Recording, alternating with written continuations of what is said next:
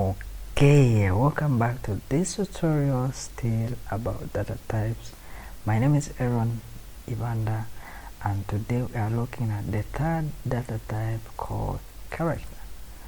Okay, so a character is any symbol on the keyboard. It can be the alphanumeric, it can be these signs, the ASI signs, at, hash, percentage sign, dollar sign, pound sign, all of those, double quotes, single quotes, comma, slash, backslash, forward slash, brackets, everything is a character.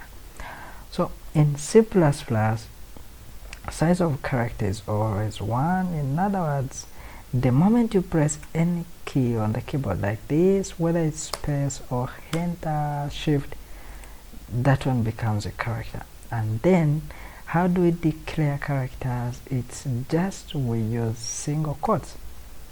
Okay, so in the previous example I think we looked at something like car. For character we can easily shorten it to car like this, and while declaring any character value, then we simply say car, then you give the name of the character, which is choice. Oh, I'm writing like Chinese.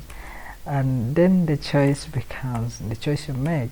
So Y in this case stands for yes, but since we are taking only one character, then it means it's only one letter from the keyboard. And remember that we use single quotes for characters. Don't use double quotes, we use single quotes. Okay, still the size of character is always 1. So if we come to the C++ program we are doing and we get rid with all of this and we declare some data type car and we call it choice, we give it Y as our value, this shouldn't be there, then we print out our choice like this. So you should see our Y printed on the screen. Okay, it's here.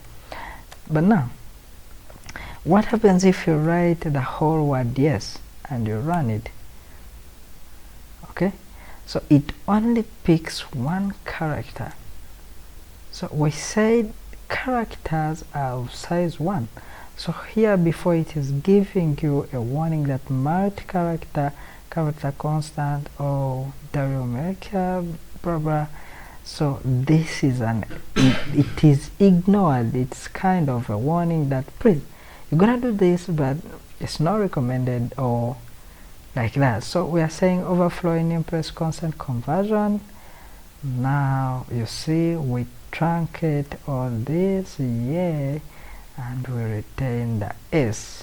Okay, so let's also use our size of, and you see size of like that, this ain't be there, like that, come on, like this. So what's the error? Size of, oh okay, we need a bracket here like this. Okay, so still we need some kind of breaking here, like this, and then we don't need this. Okay, so now the first they are printing S in our character, this, all of this is truncated off. In other words, the all of this is neglected and we only want character from that word. Okay, then secondly we have 1 to indicate the size of character. In other words, character picks only one value, or it takes 1 byte on the keyboard. That's about 8 bits. And so you now understand the difference between character and the other type. So we can have another one like this, choice, then we give 3, and then we say yes. Okay, this shouldn't be there. Then copy this, paste here. So let's call this one choice 2 and call this one 2, like that. So array must be initialized with a brace. So this one is no longer a character and it is called an array. So if you have seen this one before, because someone was asking me what this one means, so this is an array of characters. Okay, and how do we assign an array of characters?